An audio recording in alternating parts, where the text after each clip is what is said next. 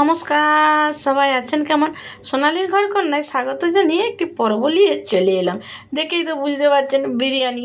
অনেকেই আছে মাছ ডিম মাংস খায় না, তারা কি বিরিয়ানি খাবে না? তাদের জন্য আজকের এই রেসিপিটি।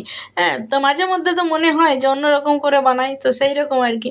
সেই জন্য আমি বেশ কিছুটা সোয়া চাংস নিয়ে নিয়েছি। সোয়া চাংসটাকে বেশ জলটা যখন ফুটে ভালো করে গরম হয়ে গেলে তার সঙ্গে লবণ দিয়ে এবার এটাকে ভালো করে ফুটাই নিয়েছি। তোমরা যদি চাও তো সেক্ষেত্রে তোমরা শুধু গরম জলে ভিজায় রেখে দিতে পারো। এদিকে আমি নিয়েছি প্রায় 500 গ্রামের মতন বাসমতি রাইস। বাসমতি রাইসটা খুব ভালো করে ধুয়ে মিনিট আধ ঘন্টার মতন ভিজায় রেখেছি। এরপর ভিজতে আমি এদিকে মশলাগুলো রেডি করে নিই। আমি এখানে বেশ কিছুটা আদা আর রসুনকে বাটি নিলাম, আর দুটো মাঝারি সাইজে টমেটোকে কুচু করে কাটিয়ে পরে এটাকেও আমি পেস্ট করে নিচ্ছি। যেহেতু আমি এখানে ভেজ বিরিয়ানি বানাবো, তো সেই জন্য আমি এখানে নিয়েছি তোমার ব্রোকলি নিয়েছি, গাজর নিয়েছি, ক্যাপসিকাম নিয়েছি, আর আলু তো মাস্ট। আলু না হলে চলবে না বিরিয়ানিতে, না? তো সেগুলো মাঝামাঝি সাইজে করে কাটিয়ে নিয়েছি। তোমরা চাইলে আরও বড় বড় করেও কাটিয়ে নিতে পারো। আর এদিকে আমি বেশ 3-4টে পেঁয়াজকে কুচু কুচু করে কাটিয়ে বেরেস্তা করে নিলাম। বেরেস্তা করার সময় একটু খেয়াল রেখে করবে, তাহলে বেশি পুড়ে গেলে তখন আবার তিতা লাগবে। ওই তেলটার মধ্যেই আমি বেশ খানিকটা দিয়ে দিলাম ঘি। এবার কিছু গোটা গোটা গরম মশলা দিলাম, স্টার আনিস দিলাম, লং, এলাচ, দারচিনি, জিরা আর কিছুটা গোলমরিচ। এরপরে এটি ওই যে আগে তোমার তেজপাতাগুলো ফোড়ন দিয়ে দিলাম, দিয়ে তারপর সমস্ত মশলাটিকে ওই শুকনা মশলাটিকে দিয়ে দিলাম। এরপরে বেশ কিছুটা পেঁয়াজকে কুচু কুচু করে কেটে রেখেছিলাম, দুটো মাঝারি সাইজের পেঁয়াজকে সেইটি এখানে দিয়ে দিলাম। এরপর সবজিগুলো বাটার বালা আর কি সবজিগুলো একটি একটি করে দিতে হবে। তোমার এখানে তোমরা ফুলকপিও, ব্রোকলির জায়গায় ফুলকপিও দিতে পারো, তো খেতে বেশ ভালো লাগবে আর কি। তো আমি ব্রোকলি দিয়ে করলাম, আর বেশ কিছুটা দিয়ে দিলাম মটরশুঁটি। এখানে এখন শীতকাল বটে, একটু মটরশুঁটিটা না দিলে ভালো লাগবে না আর কি। এরপর এটিকে সুন্দর করে আমি একটু ভাজা ভাজা করে নেবো আর কি।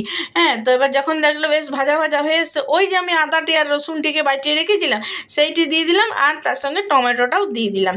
এরপর এইটিকে খুব ভালো করে কিন্তু কষাতে হবে। কষা যত হবে তত কিন্তু বিরিয়ানি বেশ সুন্দর হবে আর কি। তো তোমরা এরকম বিরিয়ানি কে কে পছন্দ করো? না, আমি এখানে ব্যবহার করেছি সানরাইজের বিরিয়ানি মশলা। তো তোমরা ঘরে চাইলে ঘরেও মশলাটা বানিয়ে নিতে পারো, কিন্তু যেহেতু আমি ঝটপট করে বানাতে চাইছি সেই জন্য আমি সানরাইজের বিরিয়ানি মশলাটা করলাম। এবার বেশ কিছুটা দইকে আমি বড় 2-3 চামচের মতন দইকে ভালো করে ফাটায়ে দইটি ওর মধ্যে এখানে দিয়ে দিলাম। এদিকে যে সোয়া চাংসটা ভিজায় রেখেছিলাম সেই সোয়া চাংসটা ভালো করে জল ঝরাই এর মধ্যে দিয়ে দিলাম। এরপরে এটিকে সুন্দর করে তোমার কষতে হবে। তোমরা নিশ্চয়ই লক্ষ্য করেছো আমি এতক্ষণ লবণ দিই নাই। এবার আন্দাজ মতন এখানে আমি লবণটি দিয়ে দিলাম। দিয়ে এরপর সুন্দর করে এইটি তুমি কষবে আর কি। যত সুন্দর মশলা কষবে তত আর কি ভালো লাগবে আর কি। দিয়ে এইটি আমি ছোটো কাপের 1 কাপ জল দিয়ে, যাতে ওই আলু, কপি, গাজর সব যেন ভালো করে সিদ্ধ না হলে যদি দাঁত কাটায় দেখে তাহলে কেমন দেখতে লাগবে, না? এবার দেখো কত সুন্দর ফুটছে আর কি। ফুটাটা এইটা দিয়ে সুন্দর দেখতে হয়েছে গো। আর তার সঙ্গে আমি এখানে 1 মুঠার মতন দিয়ে দিলাম কাসুরি মেথি। তো সবসময় তো তোমার মাছ ডিম মাংস দিয়ে খাও, তো একবার নয় এমনি করে খাইয়ে দেখলে। এরপর আমি এখানে দিয়ে দিচ্ছি 1 মুঠা কাজু বাদাম। তো আমি এখানে ভাজা কাজুটা ব্যবহার করেছি, তোমরা চাইলে এখানে গোটা কাজু ব্যবহার করতে পারো, কারণ কাজুটা ভাঙিয়েই তো দিতে হবে গেলাই। এদিকে আমি এবার বিরিয়ানি করো, ভাতটি তো করতে হবে গেলাই। তো ভাতটি করার জন্য আমি এখানে যে গোটা যে মশলাগুলি আছে সেগুলি জলটি বেশ যখন গরম হয়ে এলো তখন এইগুলি দিয়ে দিলাম।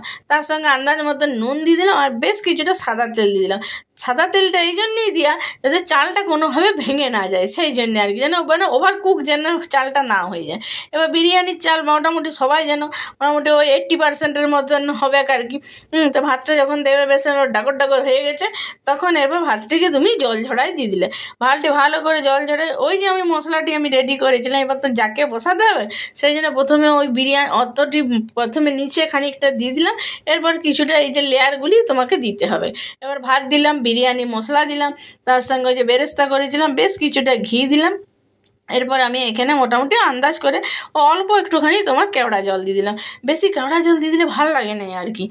তো এরপর আবার কিছুটা ভাত দিলাম, আবার বিরিয়ানি মশলা দিলাম। লেয়ারটাকে একটু ঠিক করে করে দেখে দেখে নিবে আর কি। তো এখানে তোমার যেরকম বিরিয়ানি হবে আর কি, 2-3 রাউন্ড তোমার বসালেই সুন্দর হয়ে যাবে। আমার 2 খাপে হয়ে গেছে কেওড়া জলটা। তো এরপর আমি আবার কেওড়া জলটা দিয়ে দিলাম, বেশ কিছুটা ঘি দিয়ে দিলাম। তো যেহেতু ভেজ বিরিয়ানি বুঝতেই পারছো, তো সেক্ষেত্রে একটু ঘিয়ের পরিমাণটা একটু বেশি লাগবে। এরপর আমি এটা মিনিট 10 জন্য জাঁকে দিয়ে দিলাম। এবার জাঁক থেকে খুলে আমি তোমাদেরকে দেখাচ্ছি। দেখো কেমন হয়েছে, যা তো সুন্দর গন্ধটা উঠেছে গো, যে কি বলবো। দেখো বিরিয়ানি কত সুন্দর হয়েছে।